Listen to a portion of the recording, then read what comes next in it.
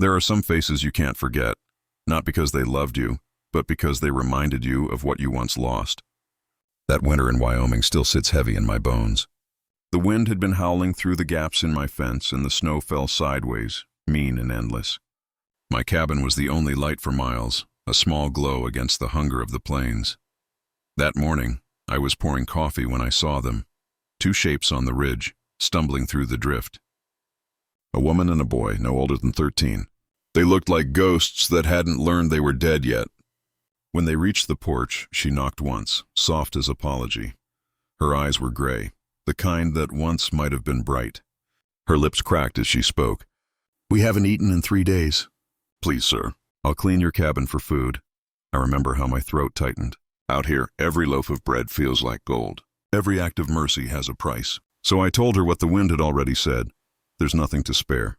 She nodded once, no tears, no anger, just a hollow kind of grace. She thanked me, as if even rejection was a kindness. The boy beside her tried to stand tall, though his knees wobbled beneath him.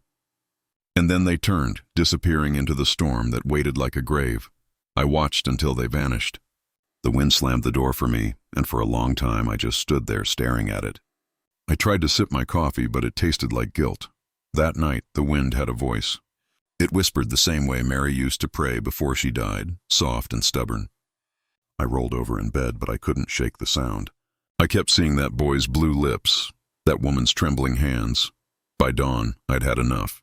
I filled a tin cup with coffee, grabbed my coat, and stepped out into the white world. The snow bit my face like penance.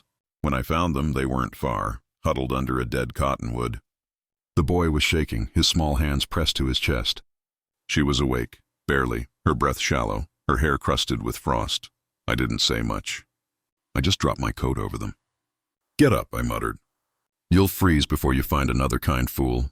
They followed me back, too tired to speak. Inside, the fire took its time warming the room. She tried to stand, but her knees buckled. When she came to, she wouldn't rest. Instead, she started cleaning, my floors, my shelves, the stove. Her hands bled before she'd even eaten. I told her to stop, but she looked up with this fierce sort of pride. "You said I'd work for food. I'm keeping my word." When she finally sat, I ladled out what little stew I had left. The boy ate like he was afraid it might disappear. Tears ran down his cheeks, but he kept eating. I turned away and stepped outside. The world was quiet, white, and cruelly beautiful. "You'd have liked her, Mary," I whispered. "She's stubborn like you." Days passed. Clara May, that was her name, started fetching water from the well, tending the fire, mending what she could. The boy, Sammy, followed me to the barn each morning, trying to help. His arms were thin, but his spirit wasn't. For the first time in years, my cabin didn't feel empty. But good things travel fast in bad tongues. Mrs. Hargreaves from town saw Clara by the well and decided she knew the whole story. By sundown, every gossip in Sheridan County was saying I'd taken in a widow and was living in sin. 2 days later, Reverend Clay came knocking. He stood there with his Bible, talking about decency and example. I said nothing, just stared until he turned red and left. Still, when Clara heard, her eyes filled with shame, like she'd been caught stealing something that wasn't hers. That night, she told me, "We'll leave by morning. Folks already look at me like I ain't clean." I wanted to tell her to stay, that the town didn't matter, but my tongue stayed still. Maybe I was afraid she'd think I had reasons that weren't decent either. Before dawn, I found her packing.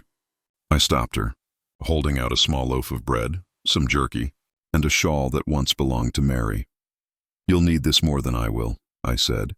Her fingers brushed mine, just for a moment. Warmth, the kind that wakes up something you thought was dead. "Stay," I told her. "Work the ranch through spring. I'll pay in food and coin, both.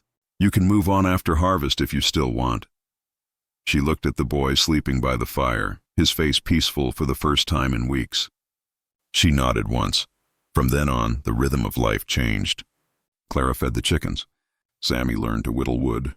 We worked without words, but the silence between us wasn't cold anymore. Some mornings I'd catch her humming while hanging laundry, and it would stop me dead in my tracks, because for a heartbeat, I forgot that time ever took anything from me. Then the storm came. It roared out of the mountains one night like the wrath of God. Snow hit the windows in hard fists, and the barn groaned under its weight. I ran out, Clara right behind me. The cattle were crying, trapped beneath a fallen beam. Together we pulled, pushed, fought against the wind. Then another beam cracked loose. I shoved her aside, felt the world go black. When I woke, it was dawn. My ribs screamed, and Clara was slumped in a chair beside me, holding my hand. Her eyes were rimmed red from crying. There was blood on her dress, mine, I guessed. She'd saved me.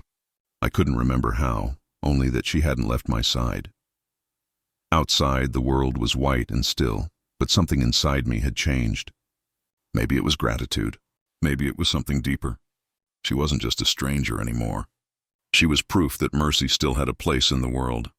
A few days later, the preacher came back, talking about propriety again. I was still weak, but I stood in the doorway and said, "You call yourself decent? You let a woman starve while you preached about grace." He left without another word. Clara looked at me, trembling. Then, for the first time since she'd arrived, she smiled. Just a small one, soft and shy. The snow outside began to melt, dripping from the roof like tears of surrender. Years have passed since then.